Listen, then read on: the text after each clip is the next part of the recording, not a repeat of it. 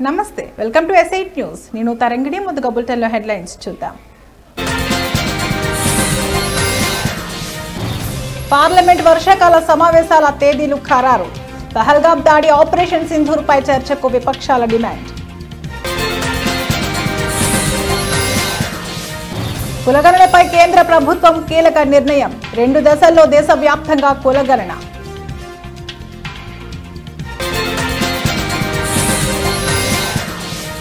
Rahul గాంధీపై Allahabad high court ఆగ్రహం ఆర్మీపై అనుచిత వ్యాఖ్యలు చేయడం తగదు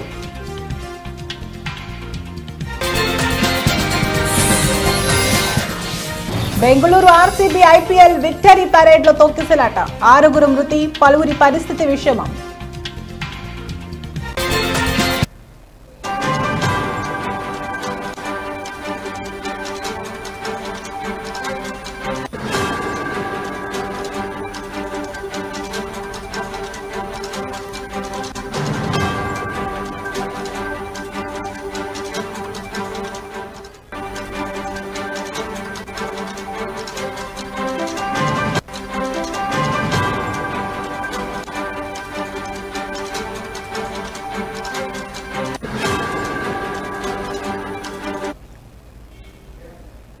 బ్రేకింగ్ న్యూస్ కేంద్ర ప్రభుత్వం పార్లమెంట్ వర్షాకాల సమావేశాల తేదీలను ఖరారు చేసింది జూలై 21 నుంచి ఆగస్టు 12వ తేదీ వరకు ఈ సమావేశాలు జరుగుతాయని పార్లమెంటరీ వ్యవహారాల శాఖ మంత్రి కిరణ్ రిజిజు ప్రకటించారు మొత్తం 23 రోజుల పాటు సాగే ఈ సమావేశాల్లో పలు కీలక బిల్లులను ప్రవేశపెట్టడంతో పాటు జాతీయ భద్రత ఆర్థిక స్థితిగతుల వంటి అంశాలపై కూడా చర్చ జరిగే అవకాశం ఉంది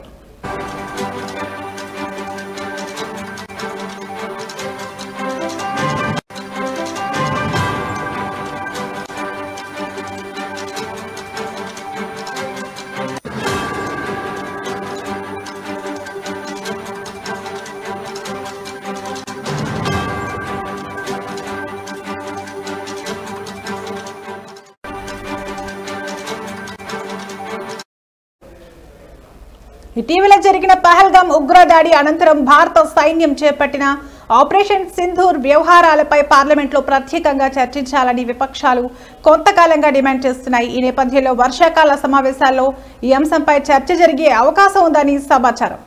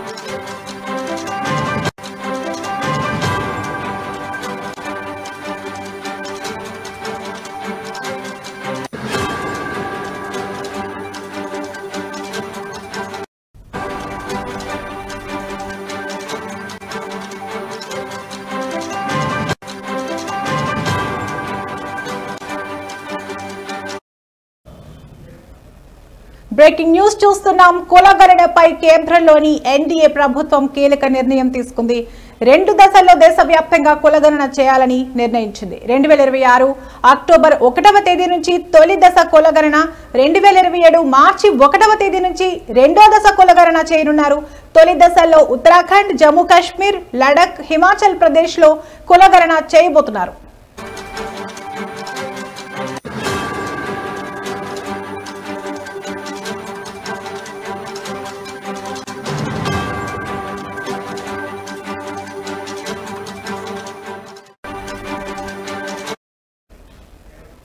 మరోవైపు కులగణనపై కేంద్ర కేబినెట్ ఇప్పటికే నిర్ణయం తీసుకున్న విషయం తెలిసిందే కులగణన పేరుతో కాంగ్రెస్ పాలిత రాష్ట్రాల్లో సర్వే చేయించారని ఆ సర్వేలో పారదర్శకత లేదని కేంద్రం పేర్కొంది దేశవ్యాప్తంగా పారదర్శకంగా కులగణన చేయాలన్నదే మోడీ ప్రభుత్వ సంకల్పమని కేంద్ర మంత్రి అశ్విని వైష్ణవ్ చెప్పారు వచ్చే జనాభా లెక్కల్లోనే దీనిని చేర్చుతామని కేంద్రం ప్రకటించారు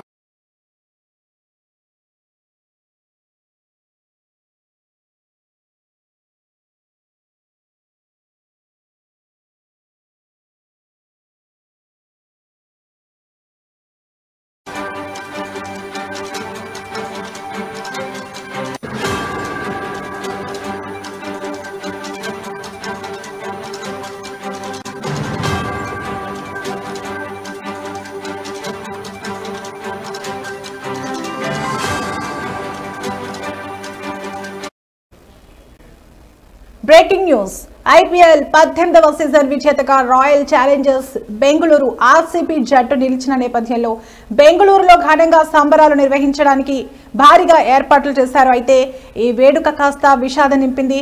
జట్టు సభ్యులు విజయోత్సవం కోసం నగరానికి చేరుకున్న నేపథ్యంలో చిన్నస్వామి స్టేడియంకు భారీగా అభిమానులు చేరుకున్నారు. గేట్ 6 వద్ద భారీ సంఖ్యలో అభిమానులు గుమిగూడడంతో తొక్కిసలాట చోటు చేసుకోవడంతో ఇద్దరు ఆర్సీబీ అభిమానులకు తీవ్ర గాయాలయ్యాయి. ఇందులో ఇద్దరు మరణించారు.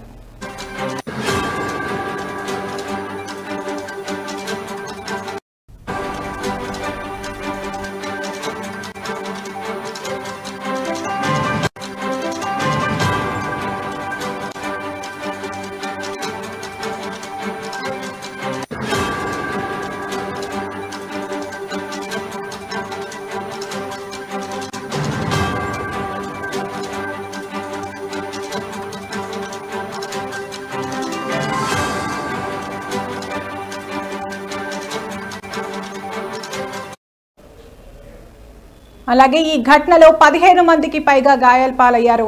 వీరిలో ఇద్దరి పరిస్థితి అత్యంత విషమంగా ఉన్నట్లు సమాచారం. ఘటన జరిగిన వెంటనే బాధితులను శివాజీనగర్లోని బౌరింగ్ లేడీ కర్జన్ ఆసుపత్రికి తరలించారు. మరోవైపు తొక్కిసలాట సమయంలో బారికేడ్లు కోల్పోవడంతో ముగ్గురి కాళ్లు విరిగాయి. మరో 6గురికి పైగా తీవ్ర గాయాలయ్యాయి. స్టేడియం వెలుపల జన సమూహం కూడా భారీగా ఉండటంతో ఆ మార్గంలో వెళ్లే వాహనాలు ముందుకు కదలలేక ట్రాఫిక్ జామ్ అయింది. జన సమూహాన్ని నియంత్రించలేక పోలీసులు లాఠీచార్జ్ చేశారు. తొక్కిసలాటలో చాలా మంది తీవ్రంగా గాయపడ్డారు. పోలీసులు గాయపడిన వారిని తమ జీపులో ఆసుపత్రికి తరలించారు.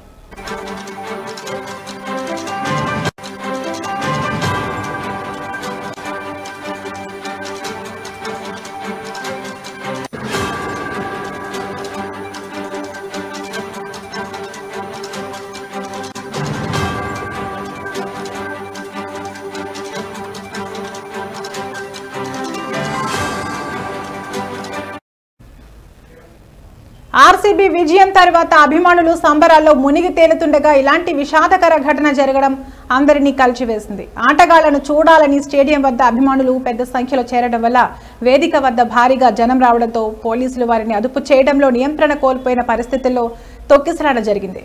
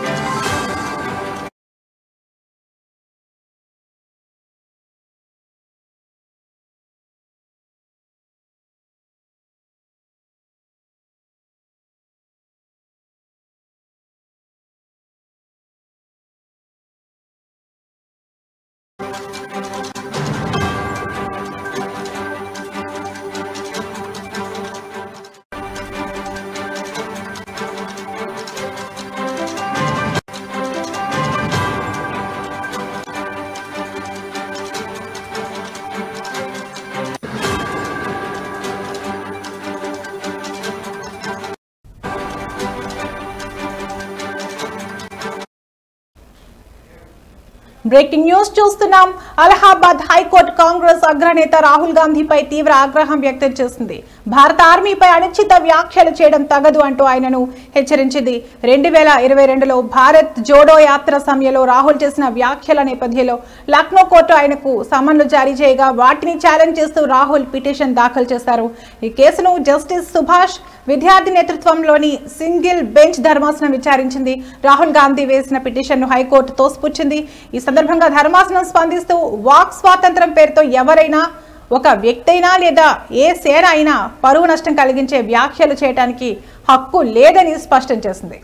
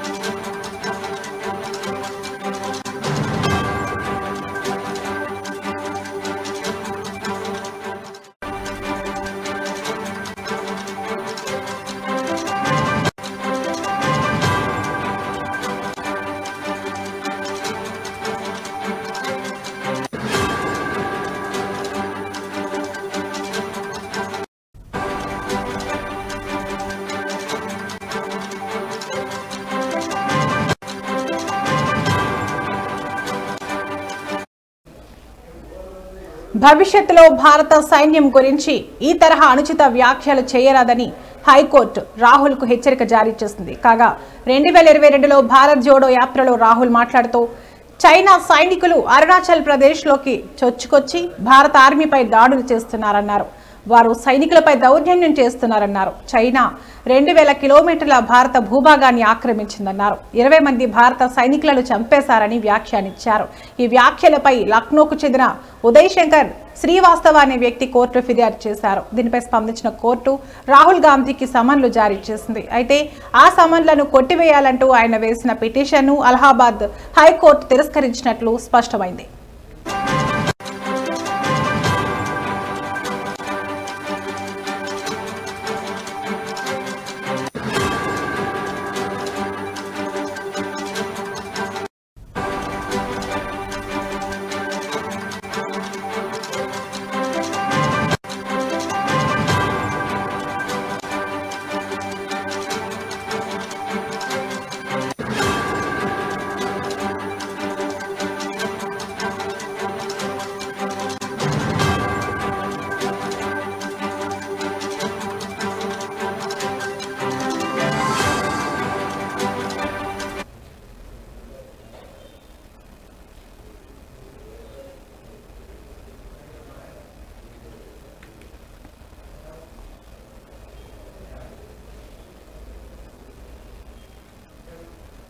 ఆంధ్రప్రదేశ్ రాజకీయాలు నిజమైన వెన్నుపోటుదారులు ఎవరైనా ఉన్నారా అంటే అది వైఎస్ జగన్ మాత్రమే అని ఎమ్మెల్యే కొలికపూడి అన్నారు. ఎన్టీఆర్ జిల్లా తిరువూరులో ఆయన సమావేశం నిర్వహించారు. సరిగ్గా సంవత్సరం క్రితం ఆంధ్రప్రదేశ్ రాజకీయ చరిత్రను మార్చింది ఈ రోజు అని ఆయన అన్నారు.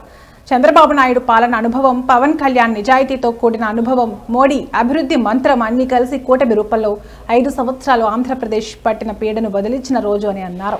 వైసీపీ ఫ్యామిలీకి 45 సంవత్సరాలు రాజకీయ జీవితం ఇచ్చిన రాయలసీమ ప్రాంతానికి నీటి ప్రాజెక్టులకు ₹1 ఖర్చు పెట్టాడా అని ప్రశ్నించారు. అలాగనే రాయలసీమలో పరిశ్రమల స్థాపనకి, ఉత్తరాంధ్రలో పరిశ్రమల స్థాపనకి అనేక కంపెనీల ద్వారా లక్షల కోట్ల పెట్టుబడులు గత సంవత్సర కాలంలో ఒప్పందాల రూపంలో మన ముందున్నాయి. కొన్ని కంపెనీలు ఆల్రెడీ ప్రారంభమైనవి. అంటే ఏ అభివృద్ధి కోసం అయితే ప్రజలు చంద్రబాబు నాయుడు గారి నాయకత్వాన్ని ఎన్నుకున్నారో ఆ అభివృద్ధితో పాటు మొదటి నెల నుంచే ఒకేసారి పెన్షన్ని 4,000కి పెంచి 65 లక్షల మందికి దాదాపు నెలకి 4,000 పెన్షన్ ఇస్తూ, అలాగనే వికలాంగులకి కొంతమందికి 6,000, కొంతమందికి 10,000, మరి కొంతమంది పూర్తిగా 100% వికలాంగులైన వాళ్ళకి 15,000 రూపాయలతో మానవతా దృక్పథంతో కూడిన పరిపాలన సంవత్సర కాలంగా జరుగుతుంది. ఈ సంవత్సర కాలంలో సమస్యలన్నీ పరిష్కారమైనవి అని మేము చెప్పాలి. కూటమి ప్రభుత్వం అధికారం చేపట్టి సంవత్సర కాలం గడిచిన రాష్ట్ర ప్రజలకు ఇచ్చిన హామీలు అమలు చేయకపోవడాన్ని వైసీపీ పార్టీ నిరసిస్తూ కర్నూలు జిల్లా ఎమ్మిగనూరులో వెన్నుపోటు దినం కార్యక్రమం నిర్వహించారు. కార్యక్రమం మాజీ ఎంపీ బుట్ట రేణుక, మున్సిపల్ చైర్మన్ రఘు పాల్గొన్నారు. కూటమి ప్రభుత్వానికి వ్యతిరేకంగా నినాదాలు చేస్తూ వైసీపీ పార్టీ కార్యాలయం నుండి తహసీల్దార్ కార్యాలయం వరకు పెద్ద ఎత్తున ర్యాలీ చేపట్టి తహసీల్దార్కు వినతి పత్రం అందజేశారు. అనంతరం బుట్ట రేణుక మాట్లాడుతూ గత ఎన్నికల్లో కూటమి ప్రభుత్వం అబద్ధపు హామీలు ఇచ్చి అధికారం చేపట్టి నేటికి సంవత్సర కాలం పూర్తి చేస్తుందని, ఇచ్చిన హామీలు ఒకటి కూడా అమలు చేయకుండా ప్రజలను మోసం చేస్తున్నారన్నారు.